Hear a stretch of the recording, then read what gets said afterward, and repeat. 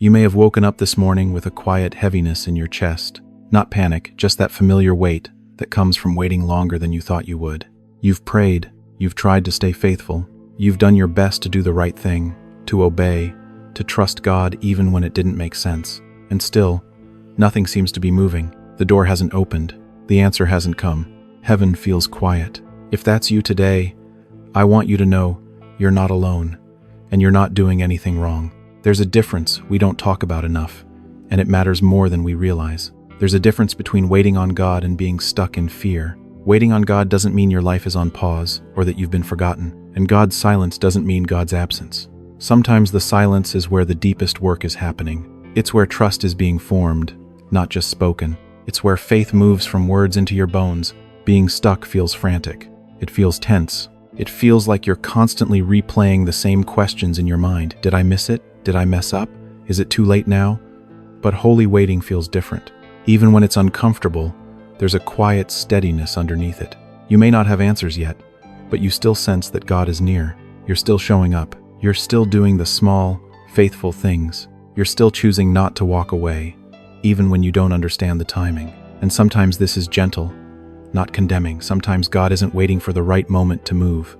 Sometimes He's waiting for us to loosen our grip, to stop trying to control the outcome, to stop carrying a burden He never asked us to hold. We ask God to move, but all the while, our hands are clenched tight around timelines, expectations, and backup plans. Waiting becomes painful when trust is partial. This morning, God may not be asking you to figure anything out. He may not be asking you to try harder or be stronger or more patient than you already are.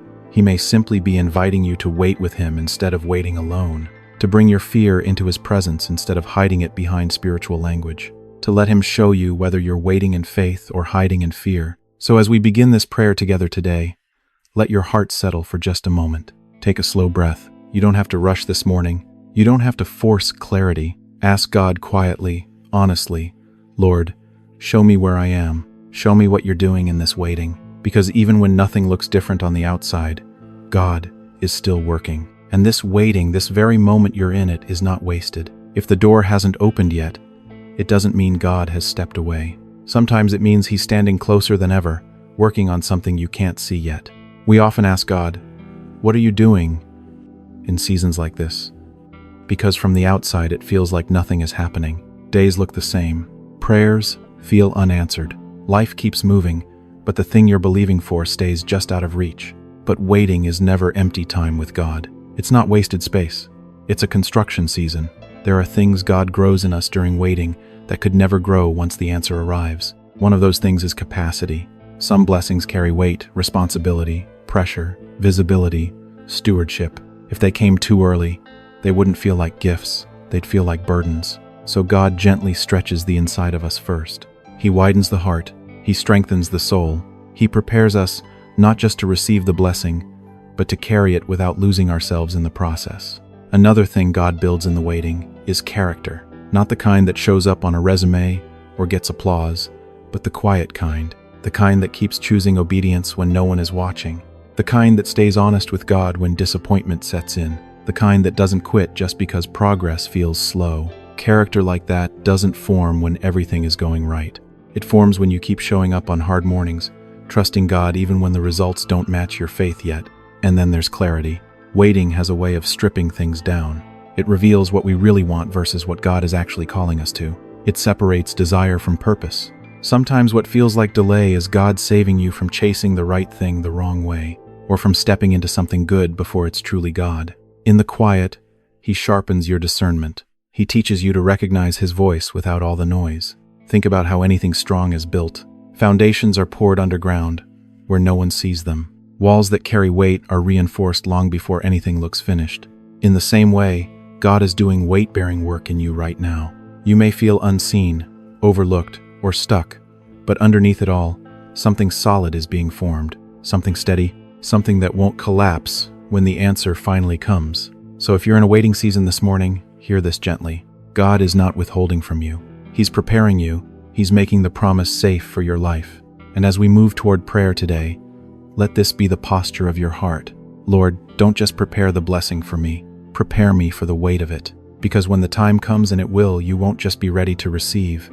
You'll be ready to steward what God places in your hands. Waiting doesn't mean you stop living. It doesn't mean you sit still, holding your breath until God finally does something. Waiting with God is active, even when it looks quiet on the outside. It's choosing how you show up today, not just what you hope will happen someday. And this morning, God isn't asking you to figure out the whole future. He's inviting you to trust Him with the next few hours, the next step, the next breath. There's a way to wait without losing your peace, and it starts with honesty, not polished prayers, not the kind that sound strong, but honest ones, telling God when you're tired of waiting, when hope feels thin, when comparison sneaks in and you start wondering why it's happening for everyone else but you. God can handle that honesty. In fact, it draws you closer to Him. Real prayer doesn't push God away. It opens the door for Him to meet you right where you are. Waiting well also means quiet obedience, doing the small, faithful things even when they feel unnoticed, showing up to work with integrity, loving people when it's inconvenient, staying soft in a season that could easily make you hard. These small acts don't feel dramatic, but they build something steady inside you. They keep your heart aligned while God handles the timing. And one of the hardest parts of waiting today is guarding your mind. Comparison steals peace faster than almost anything else. A few minutes of scrolling can undo hours of prayer. You see other people celebrating what you've been praying for, and suddenly your confidence starts to shake. But their timing is not your timeline, and their story is not your assignment. Every time you choose to bless instead of compare, you protect your heart. You remind your soul that God hasn't forgotten you. So as we step into prayer together this morning, don't rush. Take a slow breath right now. You don't need to carry yesterday's disappointment into today. You don't need to borrow tomorrow's worries either. Just bring this moment to God. Whisper if you need to. Lord, I trust you, not because everything makes sense, but because He's faithful. You may not see the full picture yet, but God is already there. He's working ahead of you, behind the scenes, and within you. And today, as you wait, you don't have to do it alone.